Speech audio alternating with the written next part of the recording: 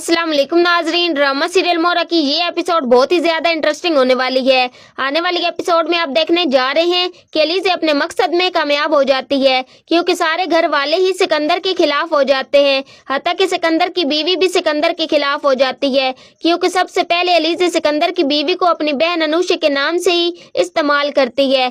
Eliza एक गुलदस्ता जिस पर सिकंदर का नाम लिखती है और साथ में एक कार्ड सिक्योरिटी गार्ड के हवाले कर देती है और कहती है कि ये सिकंदर साहब को दे दो, लेकिन मेरा नाम ना आए। और सिक्योरिटी गार्ड एलिज़ा की मदद करता है और वो ये गुलदस्ता सिकंदर को देने जा रहा होता है कि आगे से हमजा आ जाता है और हमजा वो गुलदस्ता ले लेता है। जब हमजा सिकंदर को वो गुलदस्ता देने लगता है तो उसकी बीवी कहती है कि जरा पढ़ो तो सही, इसमें लिखा क्या है। जब हमजा पढ़ता है तो उसमें लिखा होता है कि मुबारक हो सिकंदर, आखिर तुमने कामयाबी हासिल कर ही ली और अपना कारोबार अलहदा कर ही लिया। और उसी वक्त सिकंदर हैरान होकर कहता है कि आखिरकार ये है कौन जो इतनी बात कर रहा है मुझे। सिकंदर अपने भाई हमजा से कहता है कि इसका नाम पढ़ो। जब हमजा उसका नाम पढ़ता है तो ऊपर अनुषा लिखा होता है और साथ में ये भी लिखा होता है कि हमारा बच्चा भी ठीक है और तुम कब मिलने आओगे मुझसे और मैं तुम्हारा इंतजार कर रही हूँ। तो जैसे ये बात अरीशा सुनती है तो वो सारा घर सर पर उठा लेती है और कहती है कि तुम मुझे धोखा दे रहे हो और तुम इसी वजह से मेरी मां बनने की ख्वाहिश पूरी नहीं कर रहे थे, क्योंकि तुम अनुषा के साथ राब्ते में हो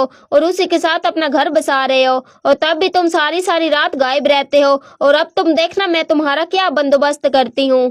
मैं उसे छोड़ूंगी नहीं। वो लड़की कहाँ है? और तुमने तो कहा था कि तुमने उसे छोड़ दिया है और तुमने मुझे धोखा दिया है और मैं तुम्हें इसके लिए कभी माफ नहीं करूंगी। और सिकंदर कहता है कि तुम मेरा यकीन करो, मैं सच बोल रहा हूँ और मुझे नहीं पता कि ये किसने भेजा है। और सिकंदर की बीवी कोई बात नहीं सुनती और अपना सामान उठाकर अपने मायके चली जाती है। और दूसरी तरफ सिकंदर की वालदा सिकंदर पर बहुत ही ज्यादा गुस्सा करती है और कहती है कि तुमने अपने किए का सिला देख लिया ना, और यही वजह है कि जो तुम्हारे बाप की हालत हो चुकी है। और सिकंदर कहता है कि मैंने कुछ नहीं किया, बस मैंने तो अपना हक मांगा है। उसी वक्त सिकंदर की वालदा कहती है तुम्हारे बाप का तुम पर बहुत ज्यादा एहसान है और वो एहसान तुम सारी जिंदगी नहीं चुका सकते। और सिकंदर कहता है कि मेरे बाप का मेरे ऊपर कोई एहसान नहीं है और जो कुछ किया है मैंने अपनी मेहनत पर किया है। और ऊपर से हमजा जब सिकंदर की ये बात सुनता है तो वो बहुत ही भड़क उठता है और कहता है कि तुम कितने नाशुक्रे हो और तुम दौलत की लालच में आकर ये सब कुछ कर रहे हो,